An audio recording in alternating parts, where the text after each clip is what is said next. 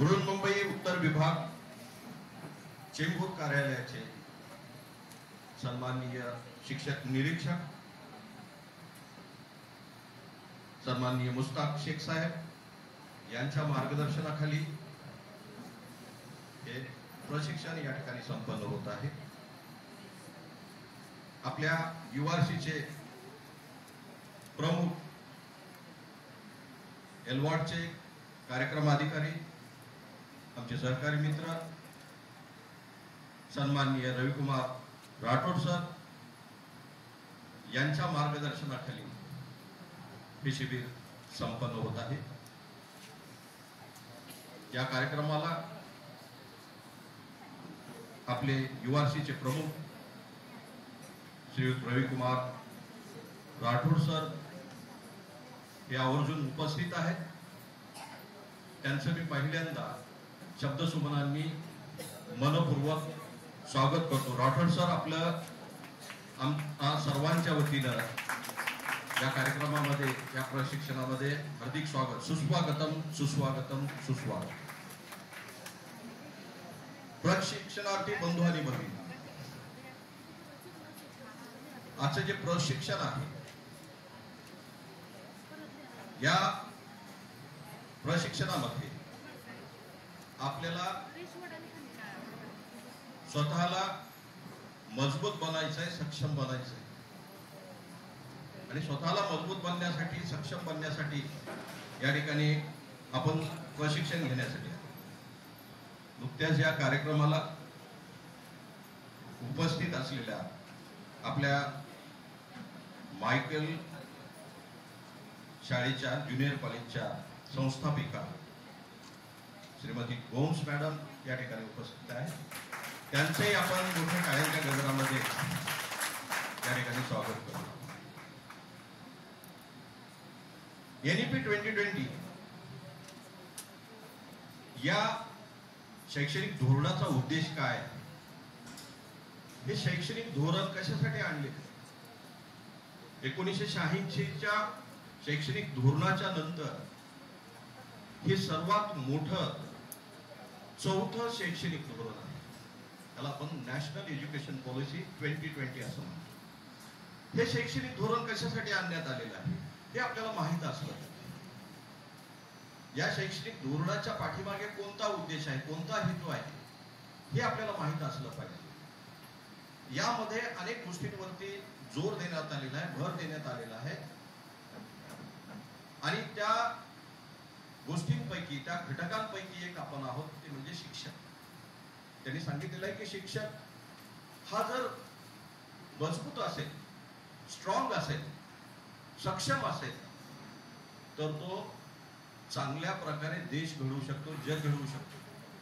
जग कसा घडवू शकतो, देश कसा घडवू शकतो तर विद्यार्थ्यांच्या मार्फत। चांगले विद्यार्थी जर घडवले तर देश चांगला घडणार आहे आणि जग चांगलं घडणार। म्हणून शिक्षक हा पहिला कसा असला पाहिजे, स्ट्रॉंग असला पाहिजे, मजबूत असला पाहिजे, सक्षम असला पाहिजे। हा शिक्षणाचा या NEPचा हा एक महत्वाचा भाग आहे। आता ग्लोबल नॉलेज सुपर पॉवर हे आपलं ध्येय आहे। ग्लोबल नॉलेज सुपर पॉवर म्हटल्यानंतर ना जगामध्ये आपण ज्ञानामध्ये जागतिक महासत्ता बनलं पाहिजे। आता अमेरिकेचं जर उदाहरण घेतलं तर अमेरिका या जगावरती राज्य करत आहे केवळ म्हणजे नॉलेजच्या पॉवरवरती। With the help of power America is ruling over the world. म्हणजे ज्ञान किती महत्वाचं आहे हे या ठिकाणी या शैक्षणिक धोरणाने आपल्याला अधोरेखित केलेलं आहे की आपल्याला 2047 पर्यंत जागतिक महासत्ता बनायचे हा एक मोठा मुख्य उद्देश या नॅशनल एज्युकेशन पॉलिसीच्या पाठीमागे आहे। म्हणजे ग्लोबल म्हणजे making India global knowledge super power हा एक आपला उद्देश आहे। तर मी या कार्यक्रमाची सुरुवात एका छोट्याशा कवितेनं करतोय। शिक्षक तू कोण आहेस? आपण स्वतःला आपण ओळखलं पाहिजे, विचारलं पाहिजे शिक्षक तू कोण आहेस? शिक्षक तू जगाला ज्ञान देणारा ज्ञानसूर्य आहेस। कोण आहेस तू? शिक्षक तू जगाला ज्ञान देणारा ज्ञानसूर्य आहेस, जगाला बदलवणारा जग उद्धारक आहेस। कोण आहेस तू? या जगाला बदलवणारा जग उद्धारक आहेस. शिक्षक तू कोण आहेस? तू जगाला ज्ञान देणारा ज्ञानसूर्य आहेस. जगाला बदलवणारा जग उद्धारक आहेस. शिक्षक तू कोण आहेस? शिक्षक तू कोण आहेस? विद्यार्थ्यांचा बाप आहेस, माय आहेस. विद्यार्थ्यांचा बाप आहेस, माय आहेस. शिक्षक तू कोण आहेस? तू वादळ आहेस, तू वारा आहेस. तू वादळ आहेस, तू वारा आहेस, समुद्राच्या लाटा आहेस. शिक्षक तू कोण आहेस? तू वादळ आहेस, वारा आहेस, समुद्राच्या लाटा आहेस. जगाला विकासाची दिशा दाखवणारा, जगाला विकासाची दिशा दाखवणारा होका यंत्र आहेस. कोण आहेस तू? होका यंत्र आहेस. शिक्षक तू कोण आहेस? शिक्षक तू कोण आहेस? संकटात सापडलेल्या नावेला बाहेर काढणारा कुशल नावाडी आहेस.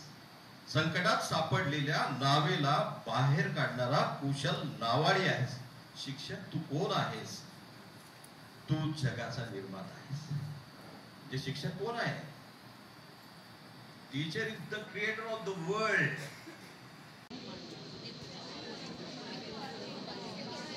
शिक्षक क्षमता वृद्धी या ट्रेनिंगचा 5 दिवसाच्या मुख्य ध्येय आहे.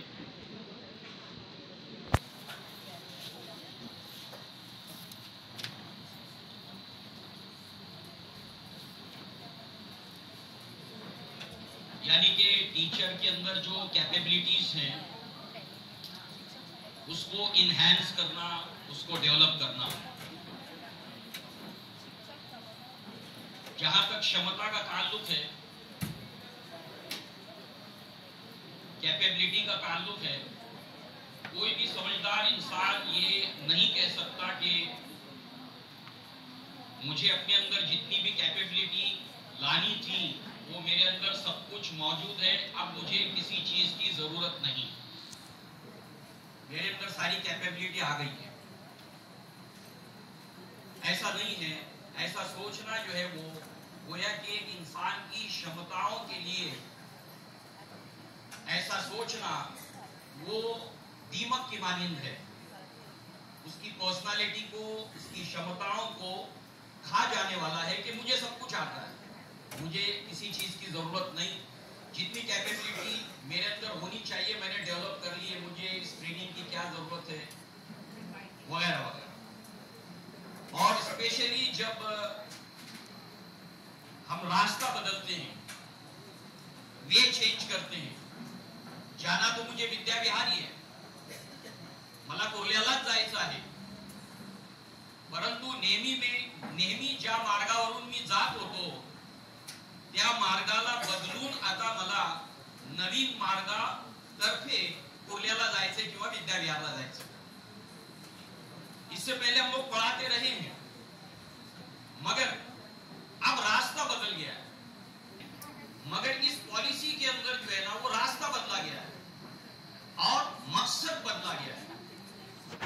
अब तक जो भी हम पढ़ाते थे उसका एट द लास्ट उसकी जो निष्पत्ति थी, उसका जो महाहासिल था वो ये था कि बच्चे ने जो कुछ सिलेबस के जरिए से हमसे सीखा है, पढ़ा है, वो सब कुछ जो है वो एग्जामिनेशन के अंदर लिख देता था और उसी बेस के ऊपर उसकी क्षमता का हम आकलन करते थे. मगर अब जो है वो हम देखेंगे जैसे जैसे इस ट्रेनिंग में आगे जाएंगे कि अब जो है वो ये नहीं है कि उसने जो पेपर में लिखा है 90% ले आया, 98% ले आया, इसकी बेस के ऊपर जो है वो उसकी हम क्षमता को जो है वो उसका आकलन करेंगे या उसका असेसमेंट करेंगे या उसका इवैल्यूएशन करेंगे, उसका मूल्यमापन करेंगे. नहीं, टोटली चेंज है, टोटली चेंज है. इसका पूरा आप स्ट्रक्चर देखेंगे एनईपी का तो उसके अंदर जो है वो बच्चे के अंदर चूंकि क्षमता पैदा करना है तो इसके लिए ये जरूरी समझा गया कि जो चीजें हम बच्चे में लाना चाहते हैं, अपने स्टूडेंट में लाना चाहते हैं, तो सबसे पहले इस बात की जरूरत है कि वो चीजें टीचर्स में लाई जाए, कि वो कौन सी चीजें हैं जो बच्चे के अंदर हमको पैदा करनी है. या घटकाचे नाव आहे आणि हे पहिले घटक आहे. टोटल याच्यामध्ये 15 घटक आहेत. आणि सर्वप्रथम हा जो पहिला घटक आहे आपला राष्ट्रीय शिक्षण धोरण 2020 आणि 2020 हे पहिल्या घटकाचे नाव आहे.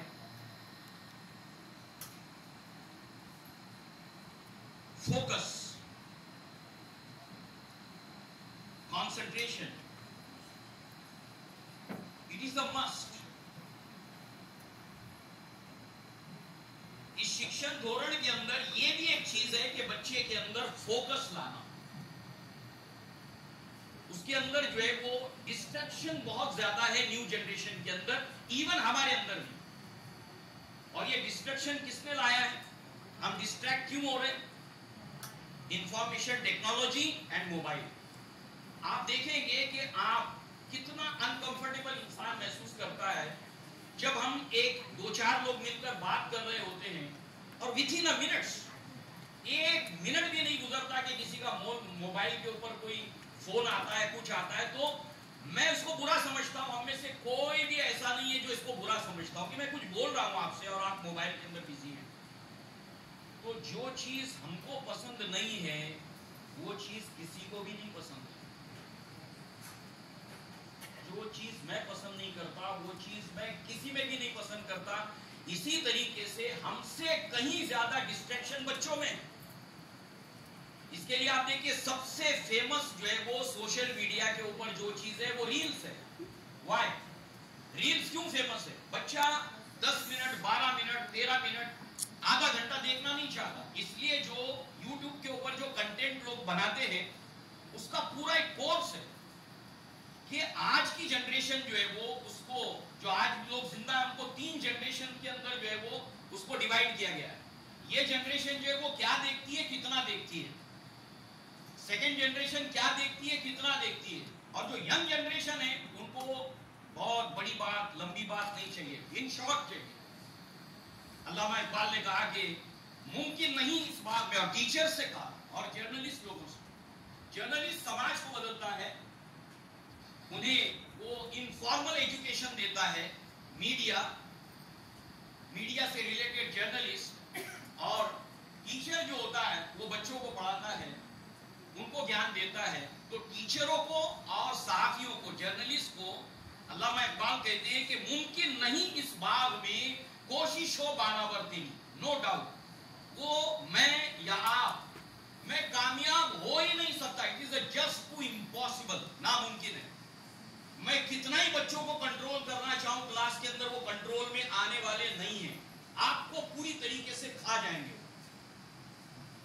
इसके लिए क्यों कि मुमकिन नहीं इस बाग में कोशिशों बार आवर तेरी. बार आवर होना, कामयाब होना, सक्सेस होना. तेरे जितने भी एफर्ट्स हैं, तेरी जितनी भी मेहनत है, वो सक्सेस हो. एंड ऑब्जेक्टिव दो अलग चीजें. बहुत सी मर्तबा ऐसा होता है कि आदमी इसको मिक्स कर देता है. Aim is objective and objective is aim. Yes, कोई आप लोगों में? यस, आइए sir. What is the aim and what is the objective? Yes, Objective is long term. Okay, Aim is short term. Okay. Objective is a short term and aim is a long term. Okay, और कोई? What is the aim? Yes, okay, long term and short term. Yes, anyone? मतलब बच्चा चाहता है कि वो SSC standard को clear करे, पास करे, हाई स्कूल एजुकेशन क्लियर करे. उसके लिए उसे हर साल पहली, दूसरी, तीसरी, तो ये जो पहली पास करना, दूसरी पास करना, ये ऑब्जेक्टिव हुआ. और जो हायर एजुकेशन यानी एसएससी पास करना, ये उसका एम हुआ. देखिए, एक एग्जाम्पल मैं आपको देता हूं एम और ऑब्जेक्टिव्स के लिए. नंबर 1, जब माउंट एवरेस्ट की चोटी, वो बताता है देखो वहां पर हमको जाना है. This is our aim. हमको माउंट एवरेस्ट की चोटी के ऊपर हमको जाना है. हमारी आखिरी मंजिल माउंट एवरेस्ट की चोटी है। This is the aim, okay, an objective. अब वो क्या करता है, तुमने अपनी मंजिल देख ली, यहां पे जाना है, अब आज का दिन है, आज की तारीख है, अब उसने बाल इतने बढ़ा दिए थे पीछे से, तो वो तोते ने देखा और उसने कहा कि क्या तुमको भी तुम्हारे मालिक ने तुम्हारे सर पे छड़ी से मारा? यानी उसका टकला जिस वजह से हुआ था, वो पूरी दुनिया के टकलों को समझता था कि इसके मालिक ने इसके सर के ऊपर मारा। वो नॉलेज का एप्लीकेशन कभी नहीं कर सकता। हमारा इसके अंदर एक लेक्चर है, नॉलेज का एप्लीकेशन, क्रिएटिविटी उस वक्त तक पॉसिबल नहीं है। अब जो आज का पेपर बच्चे दे रहे हैं, सर ने बताया 90% लोगों ने रट्टा मारा हुआ है। एक हफ्ते के बाद नेक्स्ट मंडे को सेम पेपर लेंगे, 8 दिन के बाद वो अपने नॉलेज का यूटिलाइजेशन नहीं कर सकता है। क्या फायदा है ऐसा एजुकेशन सिस्टम, बताइए। इसके लिए इस सब चीज 98%, मगर उनका जो पढ़ाने का तरीका है वो यही है, अपने परसेंटेज के लिए और अपने क्लास के नाम के लिए वो लोग ज्यादा से ज्यादा इस मेथड का, यानी रट्टा मारने वाली जो पॉलिसी है, इसको अडॉप्ट करते हैं। इसको खत्म करना भी जो है वो इसके अंदर मकसद है। सातत्यपूर्ण आढावा हा निरंतर संशोधन शिक्षण तज्ञाद्वारे नियमित मूल्यांकन यावर आधारित असणे, और इसका जो एजुकेशन का जो मूल्यांकन है यानी असेसमेंट है, वो भी एक डिफरेंट है। तो ये आपको बाद में मिलेगा, आपको बुक भी मिलेगी, मटेरियल भी मिलेगा। आपको जब साइन के लिए पेपर आएगा तो उसके अंदर जो है वो आपको जो मटेरियल मिला है तो नहीं भी मिलेगा तो आप ऐसा नहीं कि वहां पर साइन करें कि नहीं करें, क्वेश्चन नहीं आना चाहिए, मिलेगा आपको। ऐसा नहीं कि साइन लेंगे और देंगे नहीं, आपको बुक मिलेगी। तो जब साइन के लिए पेपर आएगा तो जितने कॉलम है, डेट, जितने कॉलम मतलब 5 दिन के कॉलम पर साइन नहीं करना है डेट वाइज, मगर उससे पहले कॉलम है जिसके अंदर आपको जो सामान है, मटेरियल है वो मिला, उसके ऊपर भी आप साइन करो, और जो आज की डेट रहेगी उसके ऊपर भी आप साइन करेंगे। Next madam. अच्छा, अभी जो है थोड़ा सा आप मेरे साथ में रिपीट करेंगे ताकि हमको मालूम हो जाए 4 स्टेजेस हैं। कितने स्टेज हैं इस एजुकेशन पॉलिसी के? 4 स्टेजेस हैं। मेरे साथ आप रिपीट करेंगे, 5 + 3 + 3 + 4 4 3 3 5 5 3 3 4 4 3 3 5 5 3 3 4 ये है पॉलिसी। अब इसको समझना आसान है। 5 क्या है? 3 + 2, it is the foundational stage. 3 + 2, 3 मतलब जैसे बाल वाटिका, जिसको हम लोग आज कहते हैं nursery, junior KG, senior KG, 3 हो गया। +2 फर्स्ट एंड सेकेंड, ये फर्स्ट स्टेज हो गई, फाउंडेशनल स्टेज हो गई। Second stage, third, fourth and fifth. Next 6 7 8, next 9 10 11 12, 5 3 3 4। Clear हो गया? अब हर स्टेज के अंदर जो है वो कुछ न कुछ चेंजेस हैं। फॉर एग्जाम्पल, जब बच्चा 6 में जाएगा तो उसको वोकेशनल ट्रेनिंग दी जाएगी, कोई ना कोई काम उसको सिखाया जाएगा, कोई हुनर, कोई आर्ट उसको सिखाया जाएगा। आपको मालूम है जापान के अंदर, चाइना के अंदर जब बच्चे स्कूल जाते हैं, बच्चे जब स्कूल जाते हैं तो जानते क्या करते हैं? आज से नहीं बल्कि 15-20 साल पहले मैंने ये आर्टिकल पढ़ा था कि जापान के अंदर जब बच्चा स्कूल जाता है तो उसके बैग के अंदर जो है वो घड़ी के पार्ट्स होते हैं, कैलकुलेटर के पार्ट्स होते हैं, वो उसके बैग में होते हैं, और वो स्कूल पहुंचने तक जो है वो कैलकुलेटर असेंबल करता है, घड़ियां असेंबल करता है, वापस आते हुए करता है। इस तरीके से वो अर्निंग और ऐसी स्किल्स को अपने अंदर स्कूल के जमाने से ही लेने का कंफ्यूजन। नंबर 1 तो ये है कि जब उसको सब्जेक्ट का फ्रीडम होगा तो हमारे जहन में सवाल आता फिर डॉक्टर कैसे बनेगा, फिर इंजीनियर कैसे बनेगा, अगर वो सब्जेक्ट का उसको उसके पास चॉइस होगा। अगर उसको मेडिकल फील्ड के अंदर जाना है तो मुझे बताइए आज मेडिकल फील्ड के अंदर जाने के लिए कौन से सब्जेक्ट उसके लिए जरूरी है आज? Sir, physics, chemistry and biology, ये 3 सब्जेक्ट चाहिए उसको। इंजीनियरिंग में जाना है तो मैथ्स है, फिजिक्स है, बराबर है ना। इसके अलावा बाकी के सब्जेक्ट का क्या करेगा वो?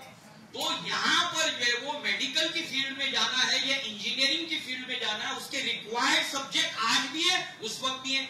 उसके अलावा उसको जो भी सब्जेक्ट्स होंगे उसके अंदर उसको फ्रीडम होगा, फ्रीक्वेंसी होगी, वो जो चाहे ले, आर्ट्स का ले, कॉमर्स का ले या साइंस का ले, जो चाहे सब्जेक्ट ले ले।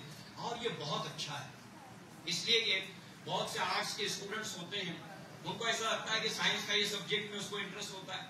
बहुत से डॉक्टर्स होते हैं, उनको साइकोलॉजी में इंटरेस्ट होता है।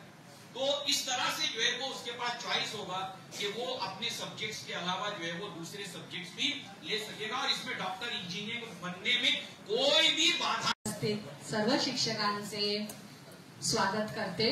माझं नाव ज्योत्स्ना महाबळे, पंत वालावलकर हायस्कूल, नेहरू नगर, कुर्ला। आता जे ते आपण प्रशिक्षण घेत आहोत, हे आपला तिसरा टप्पा आहे, हा थर्ड ग्रुप आलेला आहे। पहिले 2 तर झालेलेच आहेत।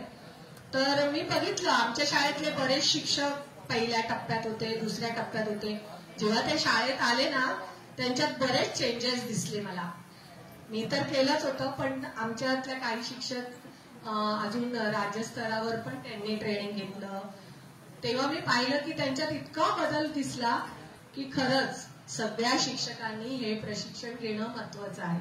मेन म्हणजे काय, लर्निंग इज कंटिन्युअस। ओके, आपण मुलांनाही तसंच घडवतो की किती मोठी असो। आता मला इथे सगळे वयाने चांगले असे मस्त वाटतंय, त्याच्यावरून जाणवतंय की बसायला जरा तुम्हाला इथे खुर्च्यांमध्ये एवढा वेळ बसा, ऐका, हे जरासं थोडंसं कठीण आहे, पण आम्ही तसं करून देणार नाही। जास्तीत जास्त आम्हाला तुमचा सहभाग हवा आहे।